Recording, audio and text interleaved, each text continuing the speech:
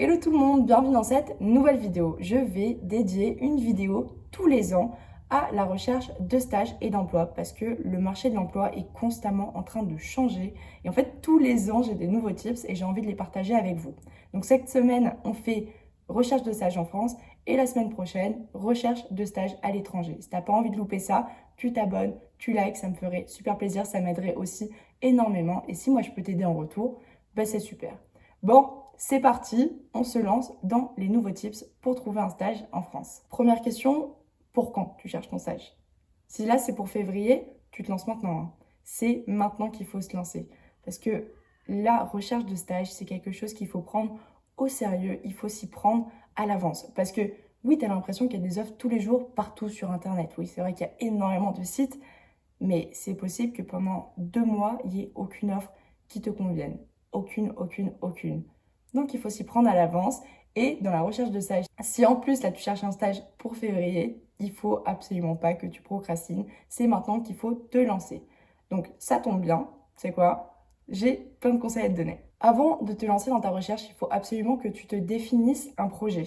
Est-ce que c'est un stage obligatoire? Est-ce que ça l'est pas? Est-ce que c'est un stage de fin d'études que tu aimerais bien qu'il débouche sur un emploi? Est-ce que c'est un stage court? Est-ce que c'est un stage long? Voilà, il y a plein de questions. Je vais te les donner maintenant, comme ça tu y réponds, parce que c'est très important d'avoir un stage qui te convient. Déjà, la durée du stage. Combien de temps est-ce que tu as envie de faire un stage? Aussi, la zone géographique, c'est hyper important. Admettons, tu veux travailler dans le vin. Tu vas à Bordeaux, tu vas dans un vignoble, sauf que ton stage, c'est 6 mois. Pendant 6 mois, il faut que tu payes l'hébergement. Pendant 6 mois, il faut que tu aies une voiture qui puisse t'amener de chez toi jusqu'au vignoble. Tu vois, c'est des questions qu'il faut que tu te poses. Est-ce qu'au bout de 6 mois, le bail de ton appart, tu pourras le rendre? Ou est-ce que c'est pas possible? Est-ce que c'est un engagement sur un an? Tu vois, ça, c'est plein de choses qu'il faut prévoir à l'avance parce que ça arrive de se retrouver dans la merde. Je me suis déjà retrouvée un peu mal dans un stage où je voulais quitter mon stage, en fait, tout simplement. Sauf que j'avais mon bail qui durait 6 mois. Et sauf que moi, au bout de 2 mois, mon stage, c'était plus possible. Je voulais partir, ben, je pouvais pas. Sauf que, bon, cette fois-ci, j'étais pas en France, mais j'étais vraiment comme ça. Et je le souhaite à personne. Aussi, quel rythme tu as envie d'avoir? Est-ce que tu veux faire un stage à temps plein? Est-ce que c'est possible de faire 80% et après tu as 20% pour toi pour faire autre chose? Tu vois, tu as différentes options qui te sont proposées, donc ça, réfléchis bien aussi. Aussi, quel secteur d'activité tu as envie de faire? Parce que c'est vrai que si à terme, toi, tu aimerais bien finir trader dans les finances, on va dire, c'est peut-être mieux que tu restes pas trop loin de ce que tu veux faire. Donc, tu vas probablement pas choisir un stage en menuiserie. C'est complètement différent. À moins que, moi c'est ce que j'ai fait, parce que mes stages n'ont aucun sens entre eux. J'ai fait du pétrole, j'ai fait du vin, j'ai fait des produits hygiéniques féminins, j'ai fait du coup intelligence artificielle, tu vois, rien à voir. Mais là où je suis restée consistante, c'est dans les missions. C'est-à-dire que moi, j'ai toujours fait plus ou moins du marketing, du business development, de la com, toujours. Et j'ai pu rattacher ça quand on me demandait, ouais, bah alors qu'est-ce que tu faisais dans le pétrole, pourquoi? Et tu vois, enfin, c'est là où j'ai pu me vendre et dire que je suis versatile, que j'aime bien les nouveaux projets, les nouveaux défis et que je ne savais pas encore exactement ce que je voulais faire, mais je savais comment je voulais le faire. Voilà, donc ça, essaye d'être un peu consistant pour que tu ne tires pas une balle dans le pied. Aussi, très important pour moi, ça c'est vraiment le plus important, c'est qu'il faut absolument que tu regardes les types de missions que tu vas avoir. Alors j'ai eu un stage où j'ai pas du tout lu les types de missions que j'allais recevoir et je me suis retrouvée. Alors déjà, ils avaient complètement blablaté, enjolivé le truc, mais en plus de ça, c'était genre du Excel toute la journée, sauf que c'était du Excel en mode robot. Robot, c'était même pas analyste ni rien, c'était robot. Je vous jure, un robot aurait pu faire mon travail. Et j'ai fait ça pendant 6 mois et je vous jure, les gars, si vous faites quelque chose que vous aimez pas, ça va pas. Ça va pas et c'était donc là où j'étais bloquée avec mon bail. Donc j'étais au fin fond d'Allemagne, je ne pouvais pas partir, il y a personne qui voulait m'embaucher, je pouvais pas rentrer en France. Enfin, c'était vraiment une calamité, c'était une horreur. Je souhaite ça à personne. Donc faites très attention à ça.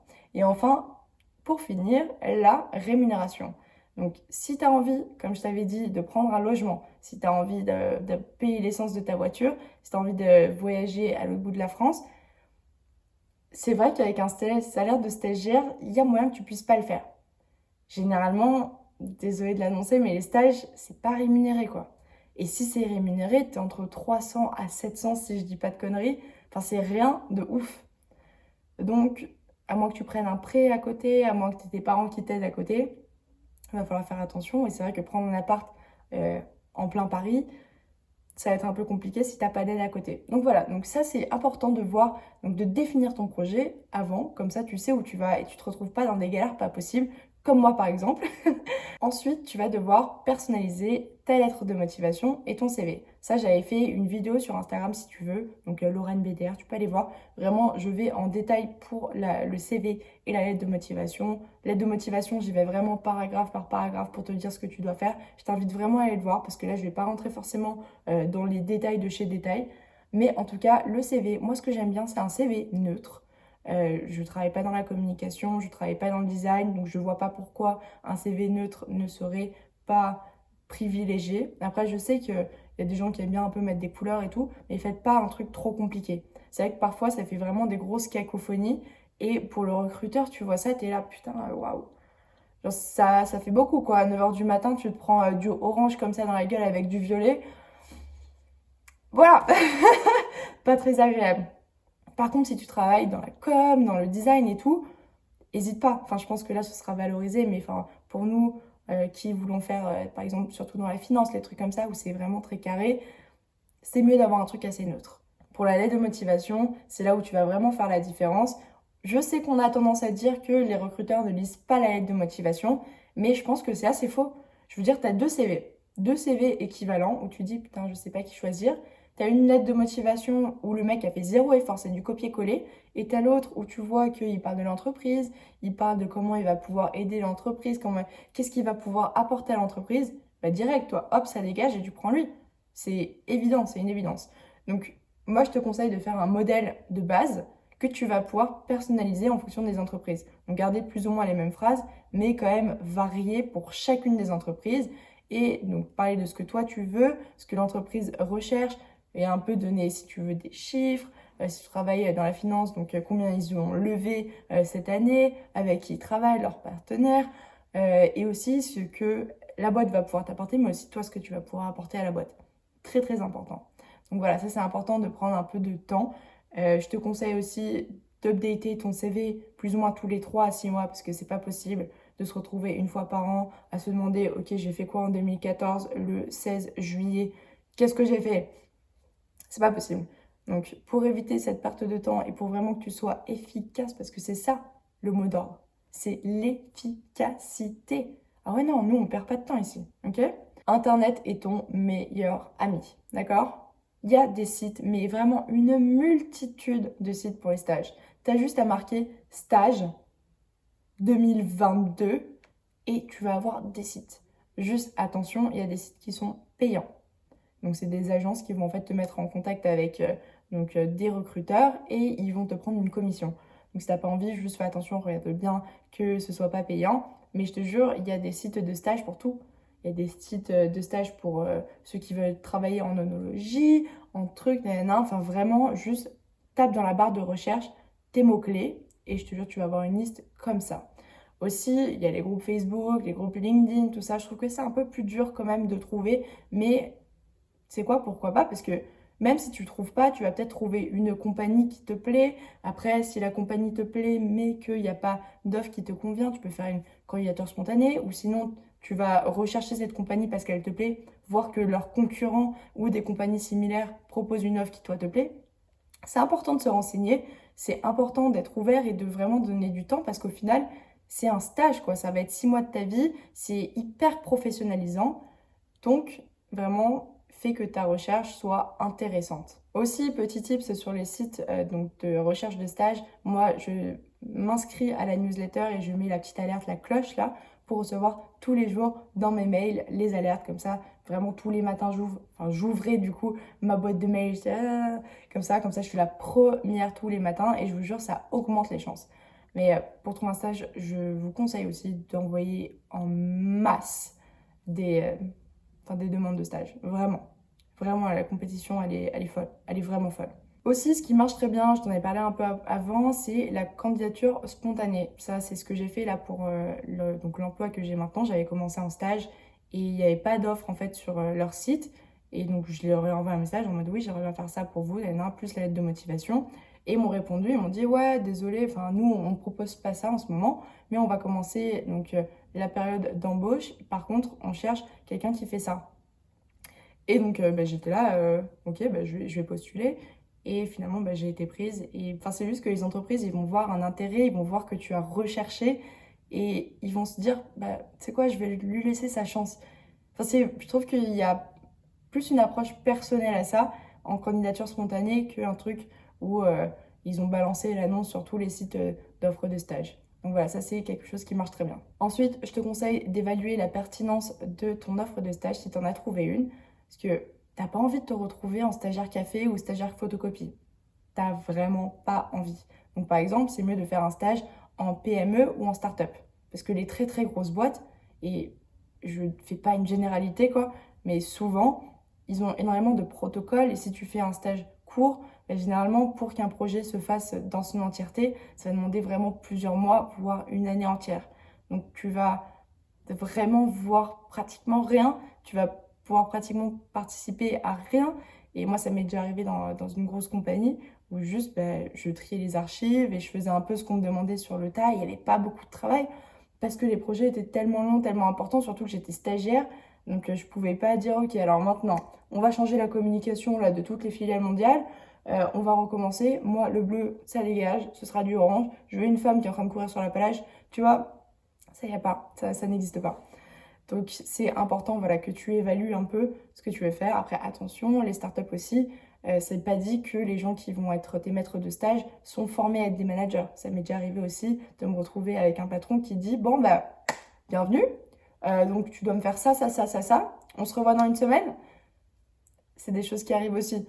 Donc voilà, oublie pas aussi que c'est toi qui leur fais passer un entretien et vérifie bien que tu tombes sur les bonnes personnes. Comme je t'ai dit tout à l'heure aussi, essaye d'être consistant au niveau de l'offre et de ton projet. Donc c'est-à-dire, on va reprendre le même exemple, si tu veux faire un stage dans la menuiserie mais qu'à terme tu aimerais bien être trader en finance, voilà, juste essaye de faire quelque chose qui puisse se rejoindre, même si c'est pas tout à fait la même chose. Essaye de pouvoir créer un lien entre les deux, que tu puisses expliquer en fait ce changement total et pourquoi tu as perdu entre guillemets cette opportunité. Parce que c'est vrai qu'à la fin, enfin, il va falloir que tu puisses l'expliquer. Par exemple, si je pars en année sabbatique et que après je repostule après un an, ils vont me dire, bah, t'as fait quoi pendant un an? Pourquoi? Tu vois, juste sois capable de l'expliquer. Et enfin, renseigne-toi sur l'entreprise. Ça, c'est quelque chose auquel j'avais pas pensé avant, mais typiquement, il y a des sites comme Glassdoor où les employés vont pouvoir noter l'entreprise. Et je vous jure que mon stage de l'enfer en Allemagne, après j'y suis allée, j'ai marqué mon commentaire en mode j'ai donné ma note. Sauf que ce que j'avais pas vu, c'est qu'il y avait aussi tous les anciens employés, tous les anciens stagiaires qui étaient là, usine à stagiaires, les rémunérations qui arrivent après 2 semaines à la fin du mois. Enfin, que des trucs vraiment hyper négatifs. Et si j'avais vu, je pense que je serais pas allée dans cette compagnie. Je me serais pas enfermée comme ça dans un truc aussi nul. Vraiment. Donc c'est important, voilà, de vérifier la pertinence de votre offre. Aussi, ça peut énormément vous aider de demander de l'aide autour de vous. Alors, j'avais vu un sondage sur LinkedIn fait par un de mes copains où il avait demandé ce qui avait le mieux aidé les gens à s'insérer professionnellement. Il y avait les cours, il y avait le réseau, il y avait les stages et un autre truc que je ne sais plus exactement ce que c'était. Euh, le diplôme, je crois, un truc comme ça. Et donc majoritairement, il y avait les stages déjà. Et ensuite, il y avait le réseau. Alors déjà, pourquoi les stages? Parce que en vrai, les cours, c'est bien, hein, c'est bien les cours. Mais là maintenant, enfin, tu m'aurais lancé dans un travail comme ça, j'aurais été incapable de faire quoi que ce soit, j'aurais pas été préparée du tout. Je trouve que c'est hyper important d'avoir quelques expériences professionnelles quand même, parce que c'est là vraiment où tu vas apprendre à travailler en équipe, apprendre les vraies tâches vraiment pratiques que tu vas faire et non pas juste théoriques, parce que c'est bien de connaître la finance de marché, l'économie mondiale, la géopolitique, c'est génial. Enfin, c'est des bons skills, c'est hyper intéressant et c'est hyper important, mais tu vas pas faire ça au travail. Tu vas pas faire ça. Donc voilà, c'est pour ça que les stages, ça a joué énormément. Et ensuite, donc le deuxième rang du podium, j'étais un peu étonnée, c'était le réseau, mais c'est complètement vrai. Moi, j'ai utilisé mon réseau donc une fois pour mon stage dans la grosse compagnie, mais je sais qu'il y a énormément de personnes qui ont réussi à trouver des super stages dans des super boîtes juste en demandant à des anciens stagiaires, des anciens employés, à leurs professeurs s'ils connaissaient quelqu'un qui pouvait peut-être mettre le CV sur le haut de la pile. Enfin, tu vois, des trucs comme ça, avoir des bonnes petites connexions, même si tu as des amis qui peuvent te recommander. Voilà, franchement, toute aide est bonne à prendre. C'est hyper important d'oser. Si tu sais qu'il y a quelqu'un qui a travaillé ou qui connaît pour une boîte qui t'intéresse, je te jure, c'est hyper important. Ne laisse aucune chance passer. Donc voilà, j'espère que tu as aimé cette vidéo. Oublie pas, la semaine prochaine, on se retrouve pour la vidéo pour trouver un stage à l'étranger. En tout cas, si t'es pas abonné, je te conseille de t'abonner maintenant, de lâcher un petit like si tu veux m'aider. Et on se retrouve la semaine prochaine. Bye!